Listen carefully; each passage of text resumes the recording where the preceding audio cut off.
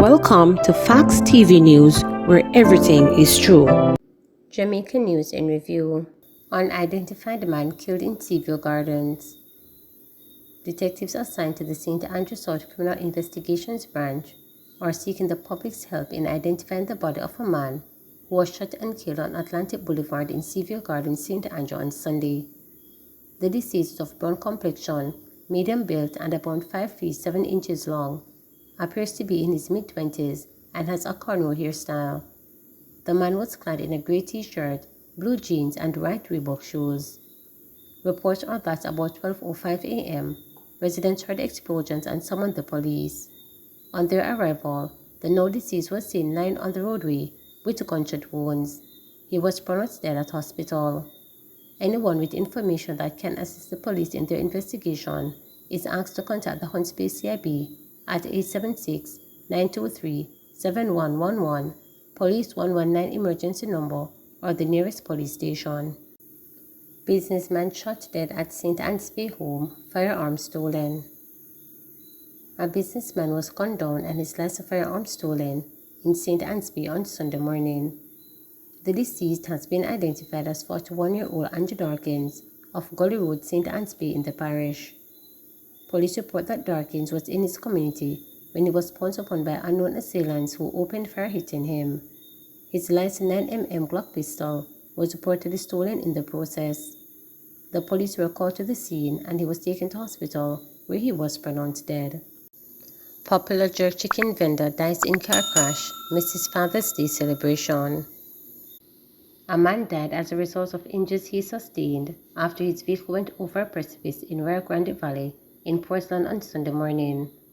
Relatives identified him as Gilbert Hall, a jerk pork vendor of Prospect Land Settlement. Reports were that early on Sunday morning, Hall was driving a Toyota station wagon motor car along the main road when he lost control of the vehicle, causing it to go over a precipice and landed in a ravine. Hall was taken to hospital where he was pronounced dead. His daughter Terrian said she had plans of treating him for Father's Day. She said she was shocked when she heard the news and had to view his body to confirm that he had really died. This morning I get up, so I go wash some clothes. See time here, my mother phone ring. She get the call that my father passed off. But for me, she replied to say, "What? We say? I say, me awa." She not tell me, say, me awa. I say, me tell me awa go. He saying, "Yes, your father crash and I did know." I say, "I drove here, man." So I say, me call it 2 number them, no response 3 number. I say, me nah only saying that it no, cause me want make certain. Me call my brother. I say, "Why you carry me up the scene with them saying that? Cause I want to make certain see him." But I go out there, I see the crowd and I see St. Michael, but they never accompany me out of the gully. So I did there wait. And when they do come up with him, I asked if I can see him. They said, "No, I have to come up by the hospital to see him." When I go up there, them open the pan and them told him, "Look, just listen to my father lie down, the truth." Police urge public to desist from posting misinformation about Daniel Rowe investigation.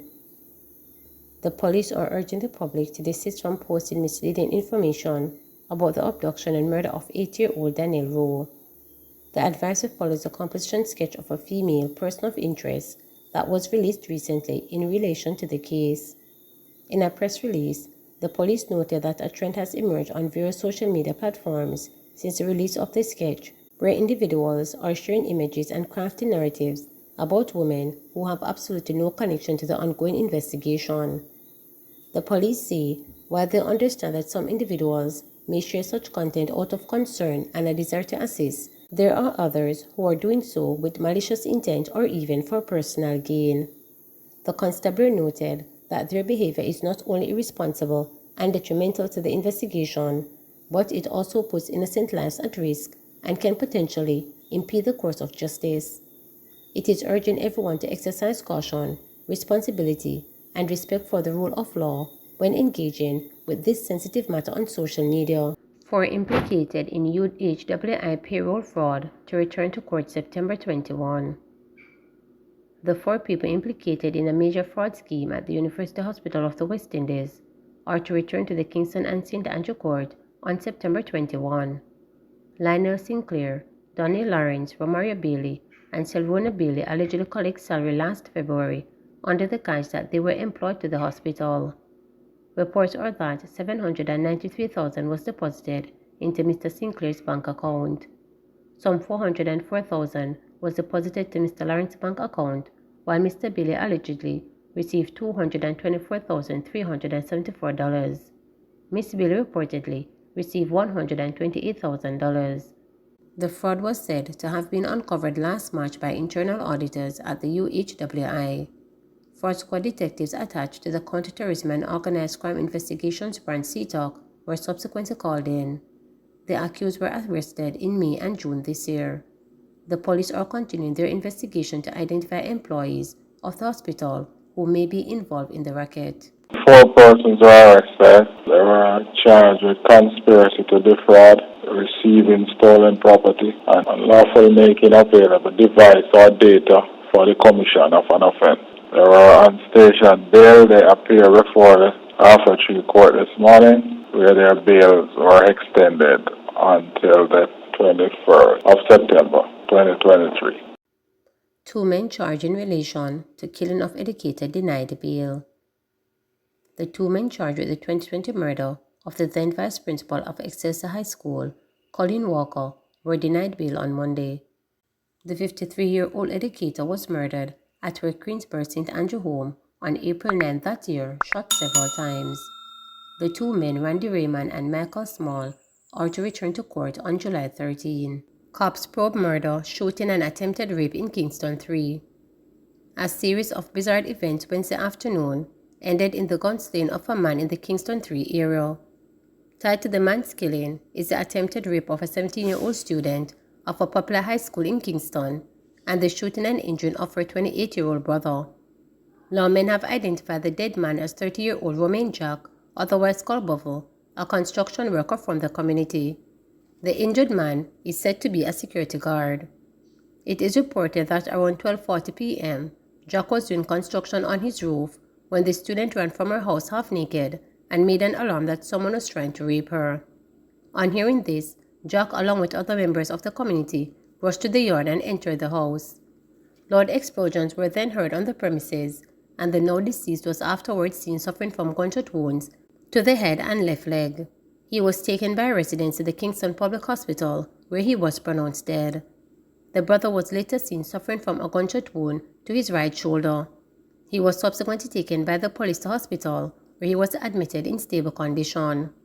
While processing the scene, lawmen found a Taurus pistol inside the house. Up to publication time, police were still collecting statements as they tried to grasp the series of events. Brothers charged for stabbing of Cumberland schoolboy. 2 brothers have been charged in connection with the stabbing of a male student from Cumberland High School in Portmore, St. Catherine. The 14-year-old and 19-year-old siblings are charged with wounding with intent, assault occasioning grievous bodily harm, and conspiracy. They have surrendered to the police a day after June 15 attack. The police are seeking 2 other suspects in the case. The 11th grade student was attacked by a group of men who chopped and stabbed him several times. This student, who was hospitalized following the attack, reportedly intervened into a dispute between 2 students and was later set upon by men from a neighboring community who were called to the scene by one of the students who was involved in the dispute. Forensic psychiatric evaluation ordered for Manchester woman charged with husband's murder. The Manchester woman accused of the brutal murder of her police husband during a domestic dispute at their home in May was remanded until July 19 for a forensic psychiatric evaluation. Casey Blair is facing charges of murder, unauthorized possession of firearm, and unauthorized possession of ammunition in connection with the death of Constable Damian Blair. When she appeared in the Home Circuit Court via voluntary bail, her lawyer Tamika Harris requested the evaluation. Justice Leighton Pusey also ordered that Harris be provided with reports of any psychiatric treatment her client may have received at the Mandeville Regional Hospital in Manchester. The police report that about 6:40 p.m. on the day in question, the policeman and his wife were having an argument which escalated. It is also being alleged that his wife used his service weapon to shoot him. It is also being alleged that the husband was hit with a blunt force during the incident. Neighbors reported they heard explosions and alerted the police. On arrival of the police, Blair was seen suffering from injuries and his wife was seen lined in blood with what appeared to be stab wounds. They were taken to hospital where Blair was pronounced dead and his wife was admitted in serious condition. 20-year-old woman charged for murder of man Condon in staged car deal. St. James saleswoman 24-year-old Tiandra Reed was on Tuesday charged in relation to the shooting death of a man in a staged car deal. Reed, who is from Upper King Street in Montego Bay, is charged with murder, conspiracy to commit murder, and misprision of a felony. Misprision of a felony refers to when someone knows a felony has been committed but fails to inform the authorities. 42-year-old Robert Harvey, otherwise called Priest, a tour driver and car salesman of Bow Hill in Montego Bay, was gunned down on Monday, March 15. It was reported that around 5:45 p.m., Reed contacted Harvey via cell phone and told him she had an interest in a vehicle he was selling. While waiting, he was pounced upon by armed men in a Toyota Corolla Axio motor car with Reed aboard, who opened gunfire hitting him before escaping in the air, according to the police. The police were summoned, and on their arrival, Harvey was transported to hospital where he was pronounced dead. An investigation was conducted, and Reed was arrested on Tuesday, June 6. She was subsequently charged on Tuesday, June 20, after a question and answer session. Her court date is being arranged. Man killed in gun attack outside Condon pub.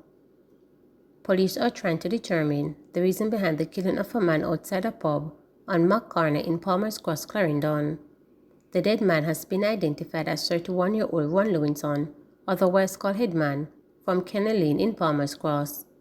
It was reported that around 8:06 p.m., Lewinson was sitting under a tree on the roadway outside the pub when a motor car drove up and several men armed with handguns alighted. Police said the men opened fire at the now deceased, hitting him several times and killing him on the spot.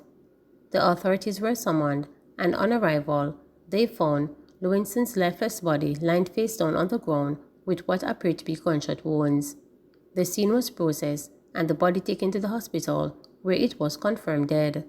It was then transported to the morgue pending a post-mortem examination. Police say they are looking into several possible theories surrounding the killing. So far, no suspect has been identified. St. Catherine man accused of incest remanded.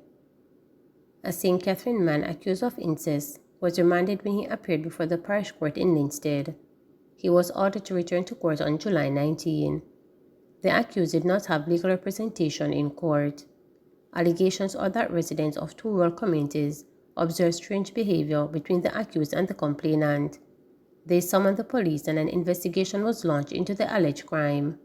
During an early morning operation by the police on April 24, the accused was allegedly found in a compromising position with his sister.